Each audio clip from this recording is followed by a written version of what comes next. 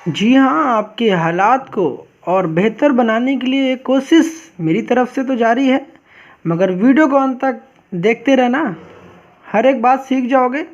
तो चलो यार स्टार्ट करते हैं।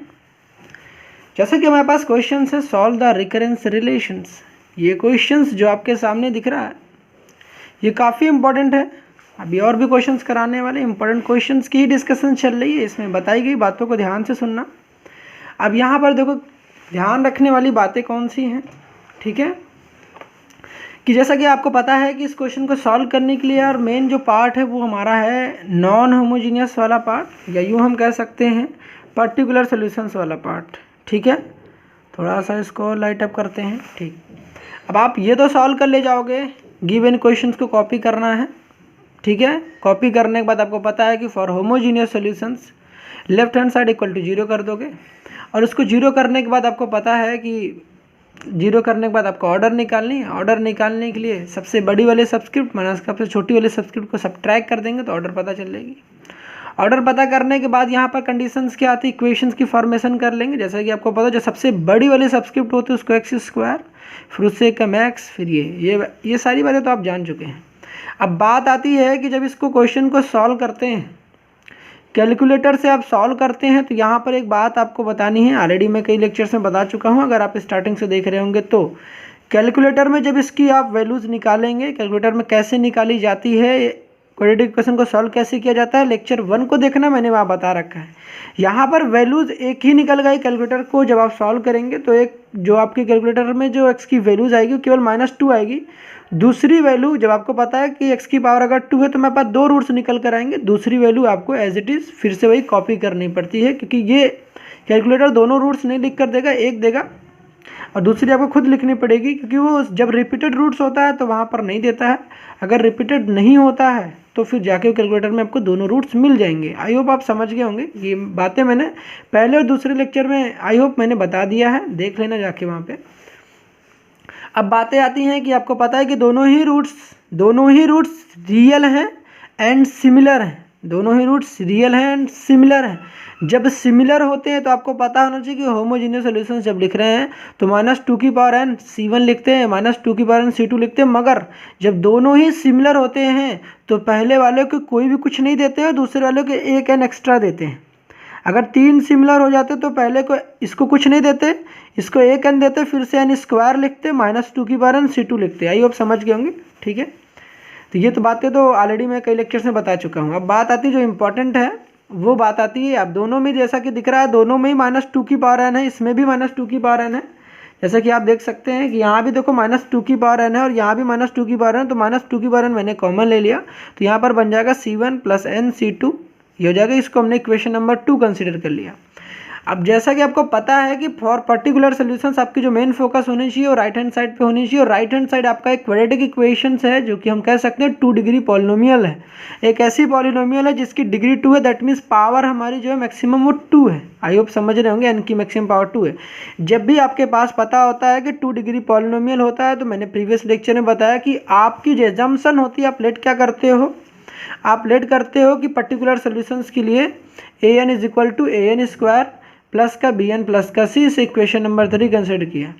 जो भी आपने ये लेट किया, जो भी आपने इसे लेट किया, अब इसको क्या काम करना है, आपको थोड़ा सा नॉर्मल पोजीशन पर लेकर जाते हैं और थोड़ा सा देखते हैं चीज़ें और अच्छी करते हैं।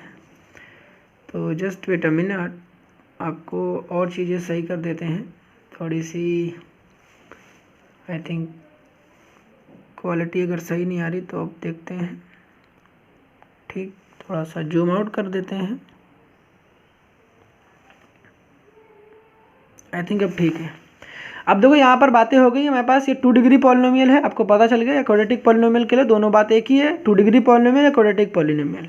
अब इसको पता है कि आपने जो कुछ भी ये लेट किया, आपको पता है इसको कहाँ पुट करना है, इक्वेशन फर्स्ट में। इक्वेशन फर्स्ट क्या होता है, मेरे पास जो क्वेश्चन में गिवन होता है, जिसको हम लोग रीअरेंज करके भी कई बार रीअरेंजमेंट भी करनी पड़ती है, ये मेरा क्या होता है, इक्वेशन नंबर फर्स्ट होता है। तो यहाँ पर ले जाकर अब हमें पुट करना है। तो आइए देखते हैं किस तरीके से पुट करना है, इसको समझते हैं। ठीक है, यहाँ तक तो बातें आपने नोट कर ली होगी सारी, क्या मैंने बताई हैं, ठीक है जी। तो यहाँ तक तो कोई प्रॉब्लम्स नहीं रही होगी, ठीक है। अब इसको रखते हैं, देखते हैं क्या बातें बताई गई हैं। तो जैसा कि हम लोगों ने इक्वेशन फर्स्ट में पुट किया और पुट करने के बाद देखो क्या मिलेगा, इसको ध्यान से सुनना। इसमें बताई गई तमाम बातों को ना ध्यान से समझोगे ना तभी समझ में आएगी आपको, ठीक है। एक बार सुन लो, मैंने क्या बताया कि देखो आपके क्वेश्चन में क्या गिवन था। इक्वेशन फर्स्ट हमारे पास क्या था, ये इक्वेशन नंबर फर्स्ट को जरा लेकर आते हैं नीचे थोड़ा सा, ठीक है। ये थी इक्वेशन नंबर फर्स्ट। इसमें हम लोगों ने क्या किया, वैल्यूज़ को पुट किया। अब पुट करेंगे देखो हमें क्या मिलेगा, ध्यान से सुनना। जहाँ पर देखो an था, पहले आपको an की वैल्यू रखनी थी, जो हमने an square plus bn plus c, हमें n माइनस 1 चाहिए। तो जहाँ पर देखो 4 था, मैंने 4 कॉपी किया। जहाँ पर an माइनस 1 था, तो जो भी आपने ये किया था देखो n की जगह पर, इस पूरी जगह n की जगह n माइनस 1 लिखना है। तो जब n माइनस 1 लिखोगे तो a n माइनस 1 का होल स्क्वायर, फिर b n की जगह पर n माइनस 1, फिर c एज इट इज़ ही रहेगा, क्योंकि इसमें n तो है ही नहीं।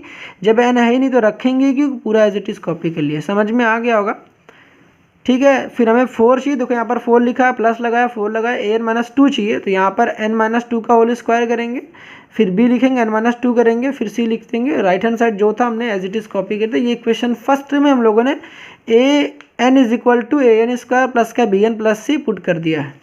अब इसके बाद आपको क्या काम करना पड़ेगा, इसके बाद आपको पता होना चाहिए कि यहाँ पर हमें क्या काम करना है, a माइनस बी का होल स्क्वायर ओपन करना है।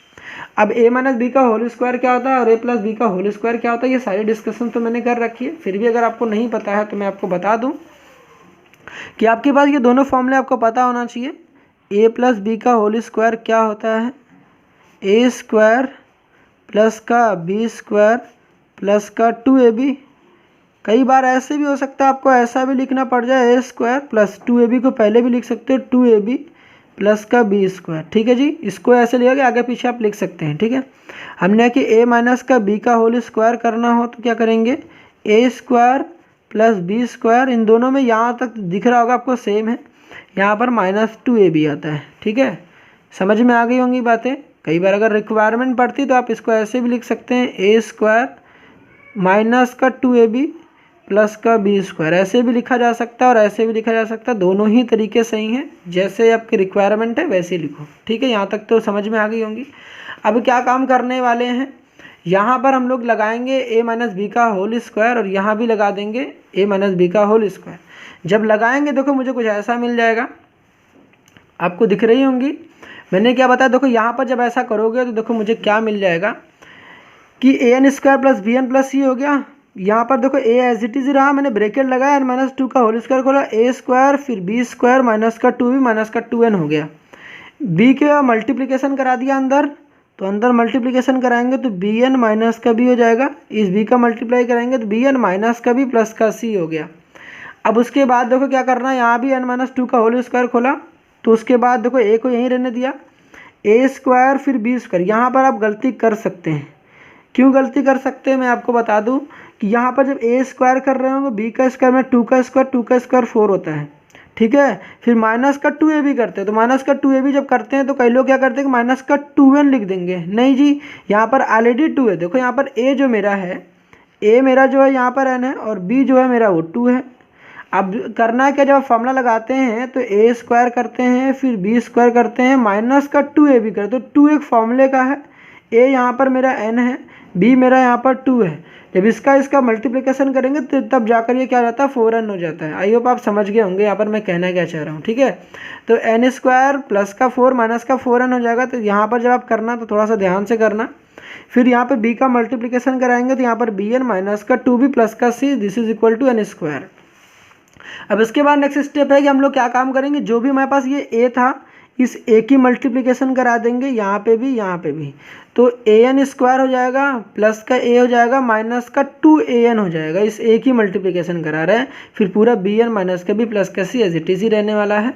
फिर यहाँ भी यही काम किया, इसकी मल्टीप्लिकेशन भी करा दिया और इसकी भी करा दिया और इसकी भी करा दिया।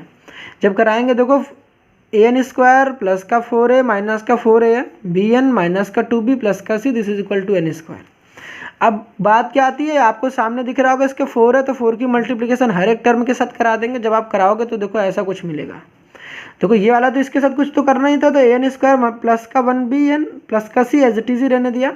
अब इसकी मल्टीप्लिकेशन कराएंगे तो 4an स्क्वायर प्लस का 4a माइनस का, आपको पता 4 का 2 से मल्टीप्लिकेशन कराएंगे तो 4 2 जा 8, तो माइनस 8an हो जाएगा। और यहाँ 4 की मल्टीप्लिकेशन इसके साथ कराएंगे तो 4bn, फिर 4 की मल्टीप्लिकेशन इसके साथ कराएंगे तो माइनस का 4b हो जाएगा और प्लस का c 4c हो जाएगा। ठीक है, फिर इस 4 की मल्टीप्लिकेशन इसके साथ कराएंगे, यहाँ तक चीज़ें हो गई हैं, ये प्लस है 4an स्क्वायर, फिर 4 4 जा कितना है 4 का 4 से मल्टीप्लिकेशन कराएंगे तो 16a हो जाएगा। फिर यहाँ भी 4 का 4 से मल्टीप्लिकेशन कराएंगे 16an हो जाएगा, यहाँ पर 4bn हो जाएगा, फिर 4 2 जा 8 हो जाएगा तो माइनस का 8b प्लस का 4c and this is equal to n square. ठीक है, यहाँ स्पेस नहीं है, दैट इज़ वाई मैंने यहाँ लिख दिया। अब आपको क्या काम करना पड़ता है कि जैसा कि आपको पता है कि सारी मल्टीप्लिकेशन कराने के बाद आपको क्या काम करना पड़ता है, यहाँ पर कंपेयरिंग कोफिशिएंट के नए कॉन्सेप्ट को जो कि अब प्रीवियस क्वेश्चन में बताया था आपको, उसको यहाँ पर लगाना पड़ेगा कि आखिर ए एंड बी एंड सी की वैल्यू कैसे फाइंड आउट करोगे। इसको फाइंड आउट करने के लिए मैंने क्या बताया, आपको करने पड़ेंगे कंपेयरिंग कोएफिशिएंट को। कंपेयरिंग कोएफिशिएंट के लिए मैंने क्या बताया, आपके राइट हैंड साइड में एन स्क्वायर दिख रहा है, जैसा कि आप देख सकते हैं राइट हैंड साइड में आपके एन स्क्वायर दिख रहा है। जब आपके पास एन स्क्वायर दिखता है क्वेश्चंस में तो आपको एक काम करना पड़ेगा, आपको क्वेश्चंस में जब भी आपके पास क्वेश्चंस आते हैं तो आपके पास कुछ ऐसी फॉर्मेट दिखेगी। फॉर्मेट में क्या होगा हमारे पास कि फॉर्मेट में देखो ए एन स्क्वायर प्लस का बी एन प्लस का सी, ऐसा कुछ फॉर्मेट रहेगा। मतलब मुझे कुल मिला के ऐसा चाहिए, एन स्क्वायर चाहिए, हमें एन चाहिए और एक कांस्टेंट वाला पार्ट चाहिए। एन स्क्वायर चाहिए, मुझे एन चाहिए और कांस्टेंट वाला पार्ट चाहिए। मैं इनको क्या करूँगा, एक साइड कर लूँगा, जितने भी एन वाले टर्म्स उनको एक साइड, जितने एन वाले हैं उनको एक साइड, और जो कांस्टेंट वाले पार्ट है जिसमें किसी भी तरीके का एन नहीं है उसको एक साइड। अब मैं क्या करना चाह रहा हूँ, देखो यहाँ पर बता रहा हूँ, देखो जिनके पास एन स्क्वायर है मैंने उनको देखो जो ग्रीन टिक दिख रहा होगा वो एन स्क्वायर वाले हैं। तो ए एन स्क्वायर यहाँ था, ए एन स्क्वायर यहाँ था, ए एन स्क्वायर यहाँ था, जो भी मेरे पास एन स्क्वायर वाला टर्म है, देखो यहाँ पर ध्यान से एन स्क्वायर वाला टर्म है, उसको मैंने एक साइड कर लिया। एक साइड करने का मतलब क्या हुआ, देखो यहाँ भी ए एन स्क्वायर है, यहाँ भी ए एन स्क्वायर है, यहाँ भी ए एन स्क्वायर है, तो ये 4 कितने हो गए 8, और 8 + 1 कितना हो जाएगा 9, तो 9 ए एन स्क्वायर हो जाएगा। ठीक है जी, यहाँ तक समझ में आ गया होगा। अब बात आती है, पहले दोनों क्या किया, जितने भी एन स्क्वायर वाले हैं उन सबको एक साथ कर लिया, ग्रुपिंग कर लिया, उनको जो ऐड हो रहे थे उनको ऐड कर दिया।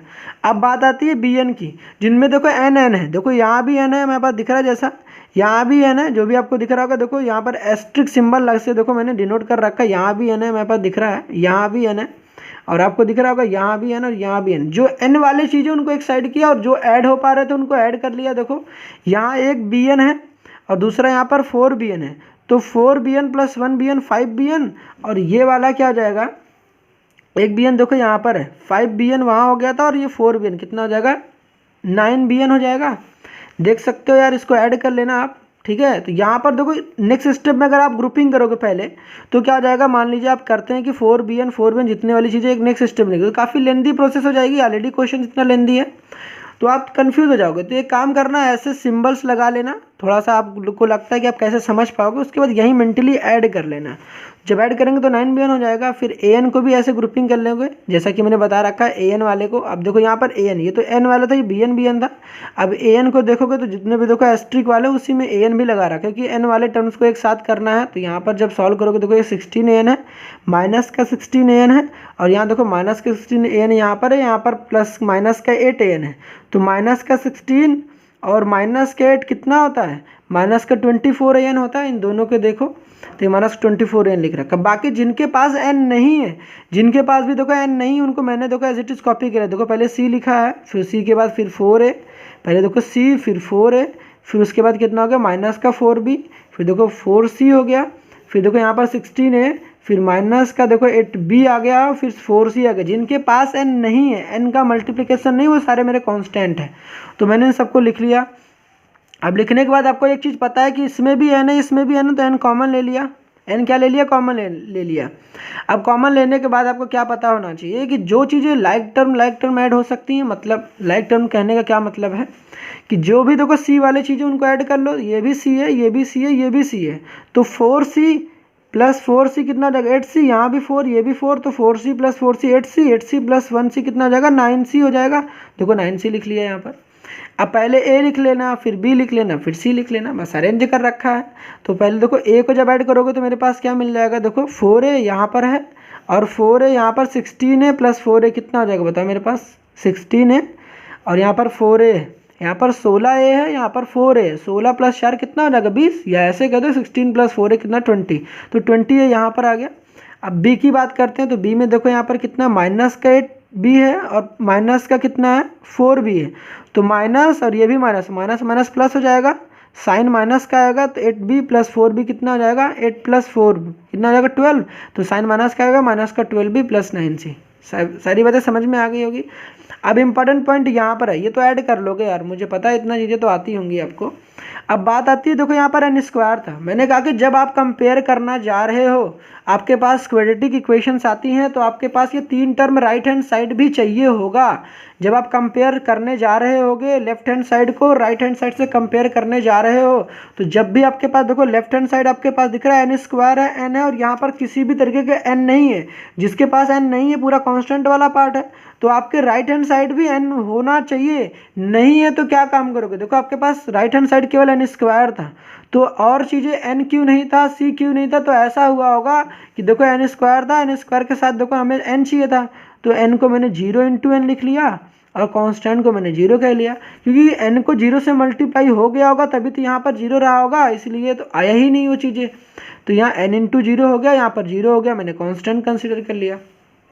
क्योंकि किसी भी नंबर में यार 0 ऐड करने से कोई फ़र्क तो पड़ता नहीं है, तो हमने किया ही कुछ नहीं है कि क्योंकि 0 ही तो ऐड किया है, किसी भी नंबर में 0 ऐड करने का फ़र्क नहीं पड़ता, तो 0 इंटू एन कर लिया प्लस का 0 कर लिया। अब क्या होगा, मेरी जो कंपैरिजन होगी अब ईजिली हो जाएगी। अब देखो यहाँ पर मैंने क्या बताया, अब आपको क्या काम करना है कि लिख रखा on comparing the coefficient of same power of n. इसका मतलब क्या, सेम पावर ऑफ एन का मतलब एन स्क्वायर को एन स्क्वायर वाले टर्म से कंपेयर करेंगे, एन को एन वाले कोएफिशिएंट से कंपेयर करेंगे। देखो यहाँ एन का जो कोएफिशिएंट है वो मेरा ये है, यहाँ पर जो एन का कोएफिशिएंट है मेरा यहाँ ये है, यहाँ जो एन स्क्वायर का कोएफिशिएंट है मेरा ये है, और ये जो मेरा कांस्टेंट है तो आपको दिख ही रहा है, ये पूरा जो है ये पूरा पार्ट मेरा कांस्टेंट वाला पार्ट है। समझ गए होगे आप, ये मेरा कांस्टेंट है और ये भी मेरा क्या है, पूरा कांस्टेंट है। अब क्या कि इनको कंपेयर करना है, जब कंपेयर करोगे मुझे क्या मिल जाएगा, कंपेयर करोगे आपको पता है, ये देखो एन स्क्वायर कोएफिशिएंट यहाँ पर कितना 1 है, तो यहाँ पर 9 है, 9 इक्वल टू किसके हो जाएगा 1 के, तो 9 इक्वल टू 1 हो जाएगा। ए की वैल्यू निकालेंगे तो इंटू में 9 है, डिवाइड में चला जाएगा, ए इक्वल टू 1/9 आ जाएगा।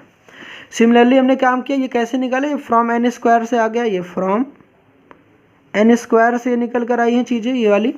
अब हम लोग यहाँ पर क्या कर रहे हैं, सेकंड एन को कंपेयर कर रहे हैं, एन से कंपेयर करेंगे, देखो यहाँ पर 9 भी माइनस का 20 है, दिस इज इक्वल टू 0 हो जाएगा। यहाँ पर ये कैसे आया, फ्रॉम एन से आया, एन को कंपेयर किया तब जाकर आ गया, तो 9 भी और ये 24 था तो उधर भेज दिया हमने, -24 है तो उधर जाएगा प्लस में हो जाएगा, ट्रांसपोज कर दिया हमने, तो -24 प्लस का 24 आ जाएगा। ए की वैल्यू हम लोगों ने निकाल रखी तो 1/9, तो ए की वैल्यू रख दिया, ए की वैल्यू रख दिया तो मेरे पास कितना आ गया 24/9 आ गया। अब 9 की इसके साथ मल्टीप्लिकेशन करा देंगे, यहाँ तक समझ में आ गया होगा। 24/9 इस 9 का 9 के साथ मल्टीप्लाई करा देंगे तो कितना हो जाएगा 81 हो जाएगा, तो 24/81 हो जाएगा। इसको फर्दर सिंप्लीफिकेशन करोगे 3 से कटिंग हो जाएगी हमारी, 3 से कटिंग हो जाएगी, तो 3 से कटिंग करोगे तो मेरे पास 8/27 आ जाएगा। ठीक है, तो ये बी की वैल्यू मेरी आ गई 8/27 आ चुका है, ये बी की वैल्यू आ गई है। अब बात करते हैं ए की वैल्यू आ गई है हमारे पास, बी की वैल्यू आ गई है। अब क्या करोगे, अभी हमें किसकी निकालनी है, कांस्टेंट वाले पार्ट की। तो कांस्टेंट वाले पार्ट की भी डिस्कशंस करते हैं, कैसे करेंगे जी इसको भी देखते हैं फिर। ठीक है जी, यहाँ तक तो आप समझ गए होंगे। अब बात करते हैं कि हम लोग कांस्टेंट को कैसे कंपेयर करते हैं। तो कांस्टेंट की बारी आती है, तो ऑन कंपेयरिंग कांस्टेंट टर्म को जब कंपेयर करेंगे तो यहाँ पर देखो मेरा 20 है माइनस का 12b plus 9c, this is equal to 0 हो जाएगा।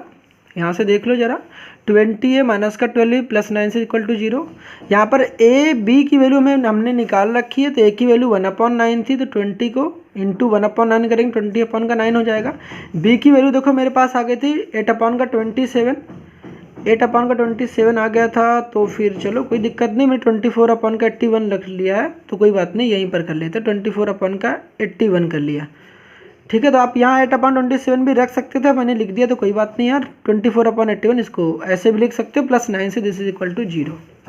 अब क्या हुआ, मैंने इस चीज़ को इधर कर दिया, 24 12 इंटू माइनस का था तो ये प्लस में हो जाएगा, और ये प्लस में था तो ये माइनस में हो जाएगा। राइट हैंड साइड मैंने ट्रांसपोज कर दिया। अब आपको पता है कि यहाँ पर बात आती है एलसीएम लेने की। अब एलसीएम कैसे लोगे, तो आपको पता है कि एलसीएम लेने की मैंने क्या काम कर दिया, जो भी आपके पास ये आया 81 यहाँ भी था, 81 यहाँ भी बना लेते हैं, आसान हो जाएगा मेरे लिए।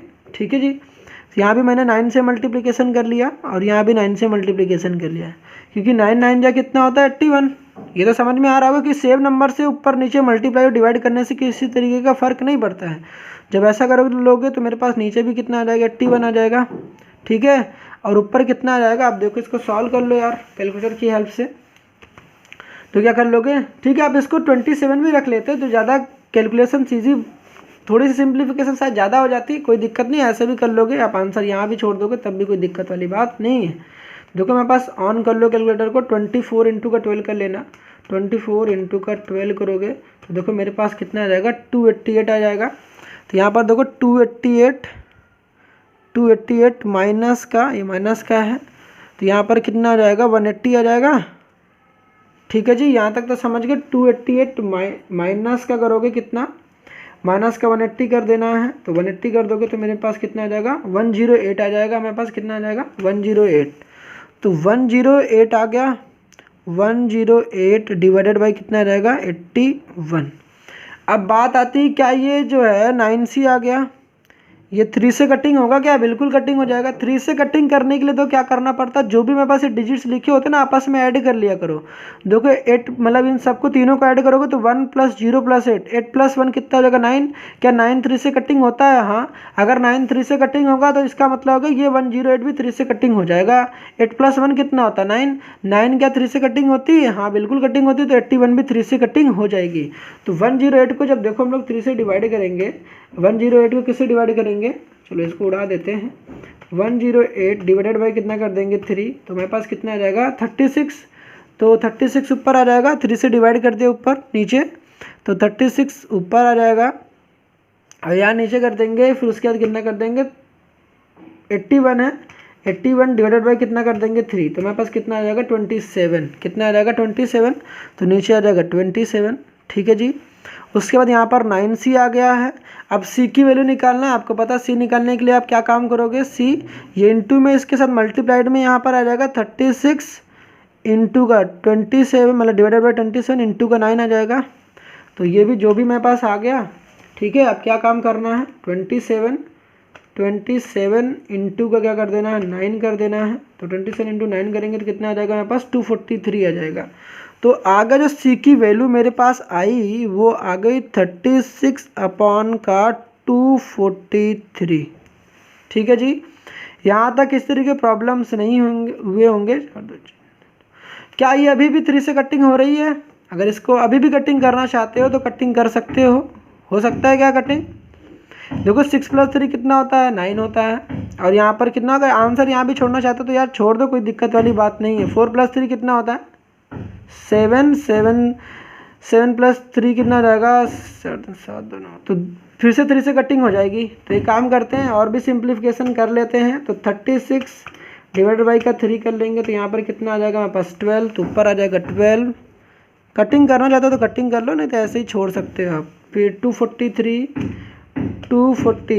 डिवाइडेड बाई का 3 कर देंगे तो मेरे पास कितना आ जाएगा 243 डिवाइडेड बाई 3 81 आ जाएगा, कितना आ जाएगा 81। तो ये आ गई मेरे पास C की वैल्यू कितनी आ गई 12/81। अब करना कुछ खास नहीं है, एक ही काम करना है आपको। हमारे पास A B की C की वैल्यू आ चुकी है, तो क्या करेंगे ऑन पुटिंग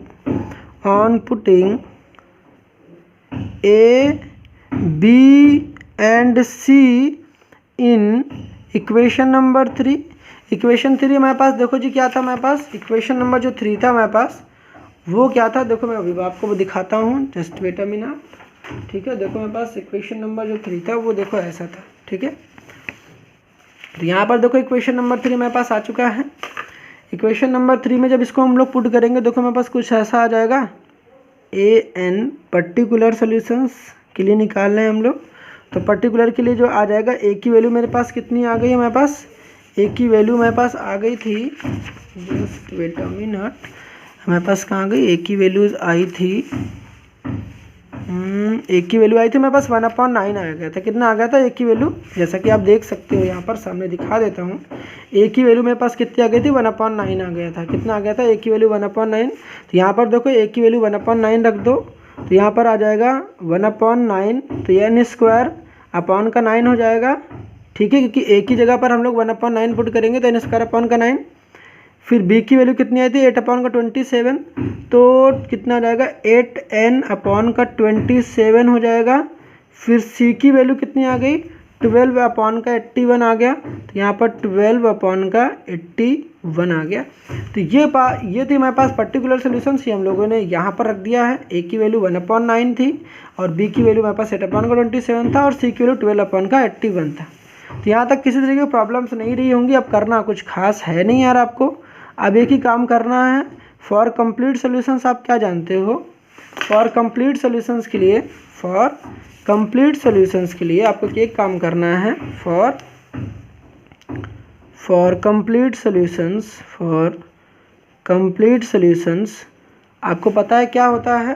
कंप्लीट सॉल्यूशंस के लिए क्या होता है जी, होता है an is equal to an homogeneous plus an particular.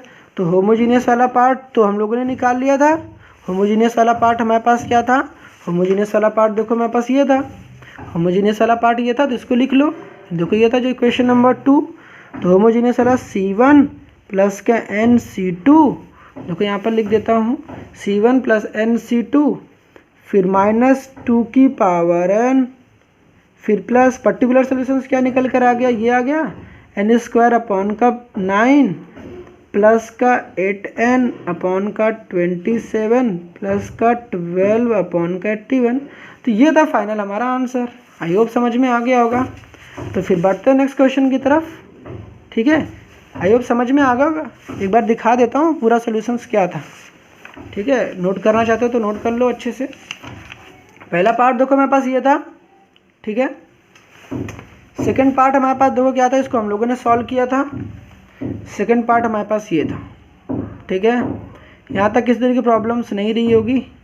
ठीक है, सेकंड पार्ट हमारे पास ये था। और द थर्ड पार्ट वाज क्या था हमारे पास, तीसरा पार्ट जो हम लोगों ने सॉल्व किया ये था। ठीक, क्या था हमारे पास ये था जो कि कंपेयर किया। तो सारी बातें आपने नोट कर ली है। बढ़ते हैं नेक्स्ट क्वेश्चन की तरफ। तो जी हाँ गाइज, ये वो क्वेश्चन है जो आपके एकेटिव एग्जामिनेशंस में कई बार आ चुका है। तो इसको भी आप देख लेना कैसे करना है, मैं समझाता हूँ आपको।